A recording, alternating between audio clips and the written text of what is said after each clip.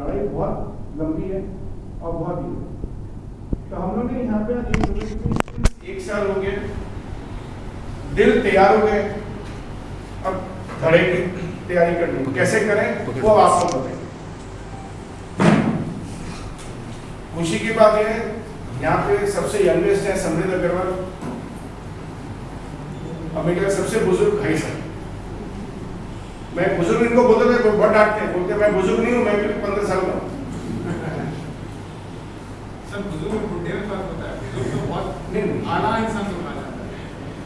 तो ये एंथुसियाज्म भी आज कई महीनों से हमारे साथ है, इनका हरदम गाइडेंस मिलता है और आज फॉर्मली ये हमारे से जुड़ गए। तो एक एक करके लोग जुड़ते जा रहे हैं। अभी आपके पिछले साल लोग आए हैं सब गीता कॉलोनी से, तो इन लोगों को भी खुशी रहे। लोक समता पार्टी में ऐसा ना तो कोई सोना लगा है, ना कोई हीरे जा रहा चढ़ रहा, तो इनको मुद्दों पे आदमी पसंद आते हैं, मुद्दे पसंद आते हैं, तो ये सब। तो मैं आप सबसे ये गुजारिश करूंगा कि थोड़ा थोड़ा टाइम निकालिए, कम आधी घंटा हफ्ते में निकालिए और करिए, क्योंकि आगे का जो समय आने वाला है बहुत कठिन। हम नहीं लड़ेंगे, आपके लिए कोई लड़ने वाला नहीं, ना कांग्रेस लड़ने वाली ना बीजेपी लड़ने वाली। कल भी हम लोग जिस मीटिंग में गए वहां पे यही हुआ कि कांग्रेस बीजेपी में कोई फर्क नहीं है। आज के टाइम में सबसे बढ़िया काम 10 साल में अगर कांग्रेस ने एक काम किया है तो एक ही किया है कि इंडिया के अंदर में आज के दिन ऑपोजिशन टोटली गायब कर। आज के दिन कोई ऑपोजिशन नहीं है, ना कांग्रेस बीजेपी दोनों मिलकर सरकार चला। महंगाई सर के ऊपर जा रही है, उसमें बिजली भी आ गई, खाना भी आ गया, पानी भी आ गया, पानी मिलता नहीं है। कंडीशनिंग बोल रहा हूँ कि आपको पता है, कॉलोनी से आपको पता है गंदगी सर के ऊपर जा रही है। तो मेहनत अपने को ही करना पड़ेगा। आप ये सोचो कि काउंसलर कर देगा या एमएलए कर देगा, नहीं करेगा। अपने लोगों को जो हम लोग 125-30 जन हैं, इनको ही मिलके आपस में बैठ के सेट करना पड़ेगा कि हम कैसे इसको आगे बढ़ा सकते। आप एग्जिस्टिंग एमएलए या काउंसलर गाली बकोगे तो अपना काम नहीं होने, जो कि आम आदमी पार्टी कर रही है। अपने को उनके साथ मिलकर करना है। आप उनको सजेशन दोगे तो आप डेफिनेटली वो होगा तो सजेशन एक्सेप्ट करेंगे, आगे बढ़ेंगे। आपको पब्लिसिटी नहीं मिली। देखिए मैं आपको एक बात बताऊँ, ऑटो वालों से मैं जाके बेगमपुर में मिला, इन्होंने अपने प्रॉब्लम बताई कि सर हमारे साथ ये प्रॉब्लम है, हमको पकड़ के अंदर कर देते हैं, डबल हमको चलान देना पड़ता है। हमने कहा देखिए हम एक काम कर सकते हैं, या तो आप 100-200 की एक साथ में इकट्ठे हो जाओ ऑटो वाले, तो मैं आप ले आके सीएम साहब के सामने खड़ा कर देता हूँ। नहीं मिलेगी बाहर ऑटो लगा दो, शांति से गांधी जी के जैसे बैठ जाओ, सड़क बात करेंगे और हम या फिर एक मेमोरेंडम दे सकते।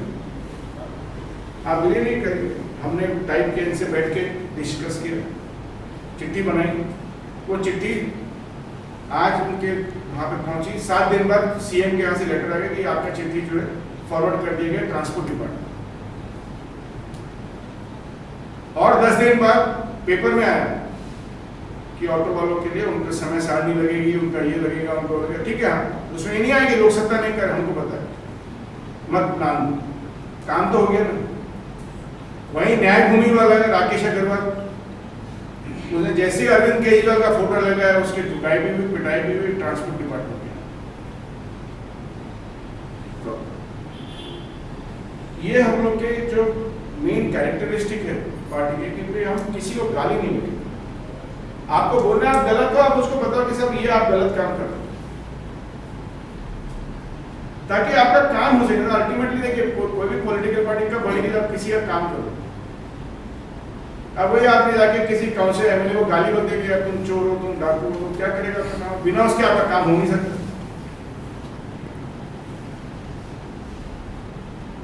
तो इस बेसिस पे हम लोग को हिम्मत आई जब हमने एमसीडी में किया कि हाँ जो हम लोग की सोच है वो सोच ठीक है। उसके हिसाब से अब हम असेंबली की तैयारी कर रहे हैं।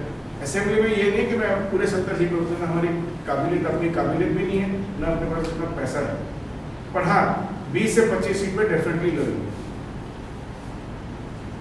और 20 से 25 रुपये हम लोग का जो सिस्टम है कि भाई एक से दूसरा रेफरेंस है। देखिए आज किसी को भी आप लेके आएंगे तो आप उसका क्या पता चल सकता है कि उसके कैरेक्टर क्या है, दूसरा क्या है। आज रेफरेंस से जाएंगे, एक से दूसरे से पूछते कि अभी अपने एरिया का कोई अच्छा कैंडिडेट बताओ, तो वैसे करके हम लोग कर। तो आज हमारे पास कम से कम 7 से 10 कैंडिडेट ऑलरेडी रेडी हैं। हम लोग का ये है कि भाई मेरे ख्याल से बाय अगस्त एंड तक हमारे पास 20 से 25 कैंडिडेट तैयार हुए। हम लोग अपना विजन तैयार कर लिया। विजन आप लोग को मेरे ख्याल से थोड़ी दिन बाद आपको मिल जाएगा, अभी प्रिंट नहीं हो पाया मनोज। तो विजन भी तैयार कर लिया। विजन में हमारे बहुत सिंपल और बहुत ये रखा है कि एक आपको क्या बोले क्या रोटी कर, मैं आपको ये क्या बता दूं, हमने रोटी के लिए इसमें लगवा दो, नहीं तो ये कैमरे में रिकॉर्डिंग में आ जाएगा। ट्राई कर रहे हैं रोटी के लिए। तो दिल्ली गवर्नमेंट उसके लिए क्या कर रही है? जब चले जाओ फटाफट। देखिए फूड सिक्योरिटी अश्विन को ले जाओ, अश्विन को। फ्रॉड है, ये आप मान के चलिए, इसमें कुछ भी नहीं होता। तो हमने कहा कि आप राशन की दुकान है, जो राशन की दुकान है कभी खुलती नहीं, खुलती है तो वहाँ पे सामान सही नहीं मिलता। तो DSIDC और ये सब जो है दारू की दुकान खोल के बैठे हैं। तो दिल्ली सरकार DSIDC क्यों नहीं बोलते कि भैया तुम राशन की दुकान खोलो, आप सफल के थ्रू क्यों नहीं आप अनाज बेचते? कल हम लोग हिसाब लगाए थे घर में, हमारे ऑफिस में मेरी लेडी काम करती है, उसने पूछा, मैंने कहा सब दाम तो लिखो, क्या क्या दाम है? मतलब मैंने कहा कि टमाटर 80 रुपए किलो है, कई जगह कम मिल रहा है, कई जगह महंगा मिल रहा है। आज ये क्यों हो रहा है? आज सफल से आप कैसे, मतलब हर जगह एक्चुअली क्या हो गया, इन लोग खराब नहीं है, पर जिस तरीके से स्थिति चल रही है, ये सब सिर्फ पैसा बनाने के स्कीम करते हैं, तो इनके कंट्रोल के बाहर चल रहे हैं। आज ये सफल कैसे बात कर सकते हैं? आज ये यूथ को, आज देखिए दिल्ली में आज आमतौर से जनता ये बोलती है यहाँ नौकरी नहीं है। आज यूथ को अगर ये इन्वॉल्व करें, आपके दुकानें खोल के, PDS की दुकान खोल के, उसको पूरे यूथ को लगाओ या बुजुर्गों को लगाओ जो भी काम कर सकते हैं, तो आपको अनएम्प्लॉयमेंट का प्रॉब्लम नहीं है। गुंडागर्दी कहाँ से बढ़ती है? गुंडागर्दी जब बढ़ती है जब यूथ अनएम्प्लॉयड रहता है। तो आप और दुकानें खोले, उसका दुकान ये खोलना नहीं चाहते क्योंकि वो दुकान, राशन की दुकान में जो बढ़िया माल आता है वो बिकता है, उसके सबको हिस्सा जाता है। ये तो हमने कहा भाई अगर आप DSIDC, सफल स्टोर्स है या एग्रो वाले जो हैं, जितने भी जो दारू की दुकानें चला रहे हैं, वो उतना पैसा कम से कम खाने पीने का सामान तो करके कर सकते हैं। वैसे आप बिजली पे आइए, बिजली पे आप देखेंगे विजय को बोलते कि हम 30% कम कर देंगे, कोई बोलता है मैं 50% कम कर दूंगा। तो आप मुझे पूछे कैसे करोगे? तो ये निकला जिस दिन हम सीट पाएंगे 30% कम करेंगे। DRC के पीछे पब्लिक हियरिंग हुई, तो मैंने वहाँ DRC में खड़े होकर यही बोला, मैंने कहा सर हमको एक बात ये बताइए, गुजरात के अंदर में अडानी पावर जो है वो ₹2.75 के अंदर में बत्ती दे रहा है गवर्नमेंट। अब उसने सेंट्रल इलेक्ट्रिसिटी अथॉरिटी को एक एप्लीकेशन दिया कि जी दाम बढ़ गया, हमारे को ₹3.03 करने की अनुमति नहीं, सॉरी ₹2.17 था उसका कॉन्ट्रैक्ट गुजरात गवर्नमेंट के साथ। उसको उन्होंने बोला कि हमारे को ₹2.97 गुजरात के लिए और ₹3.03 हरियाणा के लिए करने की अनुमति थी। जब ₹3 में वो बिजली बेचा, इसका प्रॉफिट कमा रहा है। अच्छा खाने को जब ये खत्म हो गई बाजी में फ्री में तो कोई नहीं काम नहीं करता। और मैंने वहाँ भी यही बोला, मैंने कहा सर ये इंडिया में क्या वर्ल्ड का उसूल है, मारवाड़ी और गुजराती बिजनेसमैन बिना कमाई के कोई काम धंधा नहीं करता। और मैं चिल्ला के बोला था, हमारे साथी थे, बोले सर आप चुपचाप रह जाओ, पुलिस बाहर बहुत है पकड़ के ले जाएंगे। मैंने कहा जो होगा, पर मैं बोला, मैंने कहा सर कोई भी मारवाड़ी या गुजराती धंधे वाला जो है बिना प्रॉफिट के काम नहीं करता। दूसरा जैसे स्टॉक एक्सचेंज है आपका, वैसे पावर एक्सचेंज है। पावर एक्सचेंज के अंदर में ₹2.75 में बिजली अवेलेबल लॉन्ग टर्म में। जो पावर प्रोड्यूसर अगर ₹2.75 में बिजली बेचे तो भी पैसे बना रहा है, कमाई कर रहा है, उसके TND losses, transmission distribution losses का अकाउंटेड फॉर है, ₹2.75 में तो बेच रहा है वो, और आप खरीद रहे हो। तो मैंने कहा सर आपको दाम बढ़ाने की जरूरत क्या है? कोई लॉजिक तो होना चाहिए। आप 3.5 रुपए में दोगे तो 70 पैसा मतलब 50% प्रॉफिट क्या 30% प्रॉफिट आपको, इट इज इससे ज्यादा प्रॉफिट किसी इंडस्ट्री में नहीं होता, फिर भी आप जो आगे चिल्लाएंगे। दूसरा आपने कभी ध्यान दिया होगा एनडीएमसी एरिया के अंदर में 3.5 रुपए में बिजली मिलती है और एनडीएमसी एरिया में भयंकर एनडीएमसी प्रॉफिट कमा रही है। तो इसका मतलब हमने फिर मुंबई बोला, हमने कहा एक काम करो ना, ये दोनों को प्राइवेट वालों को बाहर निकालो। ये तो बोलते हैं हमको 20 करोड़ का नुकसान है, कोई भी नुकसान का धंधा करता नहीं। मैं कहा सालों को निकाल के एनडीएमसी को तो वो तो ज्यादा एफिशिएंटली चला रही है। तो आज 20,000 आप देखो, आप वही डीएमआरसी है दिल्ली मेट्रो में 200 करोड़ का नुकसान था, कर्ज उठाए लोगों ने बोला नहीं कि हमको नहीं चलाना दिल्ली मेट्रो। तो ऐसा क्या आपको हिंग लिया वो लगा, सुना लगा दिल्ली गिरा 20,000 करोड़ के नुकसान पे कर। तो बिजली का भी जो है ना, हम लोग देखिए प्रॉब्लम आपको पता है, मेरे को तो प्रॉब्लम का सलूशन देना पड़ेगा कि हम इसको इस हिसाब से सॉल्व कर सकते।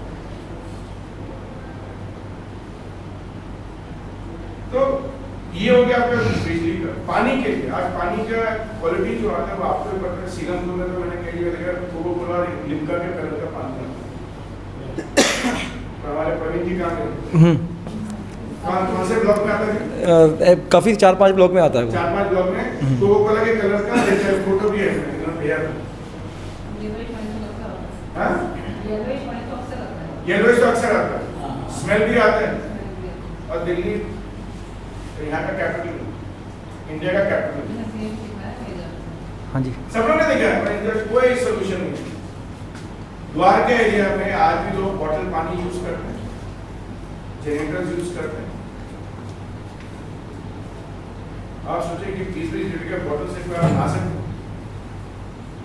तो आज पानी के लिए हम लोग ये देखिए सोल्यूशन है कि या तो आप प्राइवेटाइज कर दो।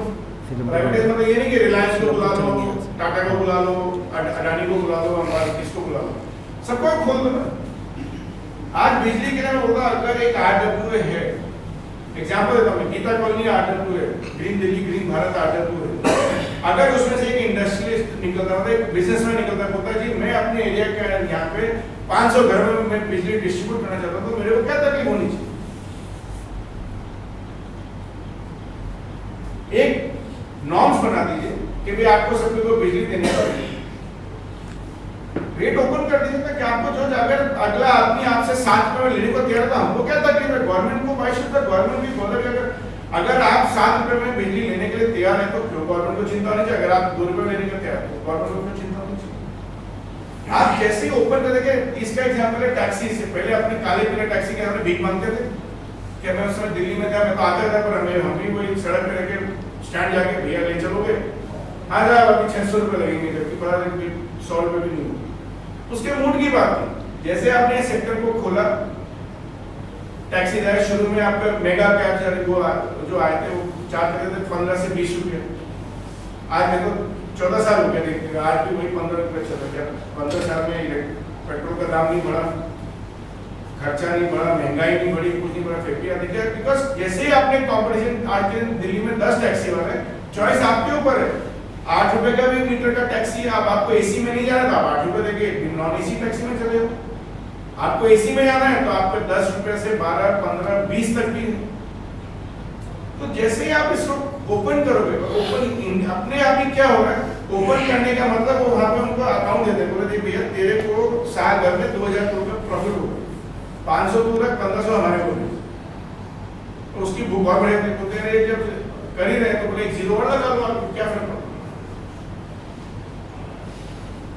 मतलब अपने को खुद को देने के 20,000 करोड़ का नुकसान करने के बाद कोई भी कंपनी कैसे धंधा कर सकती? और यार फिर भी उसको 9 रुपए का रेट वो अप्रूव कर रहे हैं, 9 रुपए का रेट के लिए तैयारी कर रहे हैं। तो अमेरिका इलेक्शन बचा लेगा अपने को, ये तो पक्का 9 रुपए यूनिट होने वाला दिल्ली के। पर 9 रुपए यूनिट बिजली का किस लिए? सिर्फ इनका, फिर भी ये देखिएगा अगले इलेक्शन खत्म होने दीजिए, ये 9 रुपए लेके आएंगे, उसका फिर आप यहाँ बोले जी हमारे पास 10,000 करोड़ का नुकसान। तो आपको ये प्राइवेटाइज करना ही पड़ेगा। आप कई लोगों से बातें बोलेंगे यार सर प्राइवेटाइज तो बहुत गंदा वर्ड है। प्राइवेटाइज मतलब कि पैसा कमाना।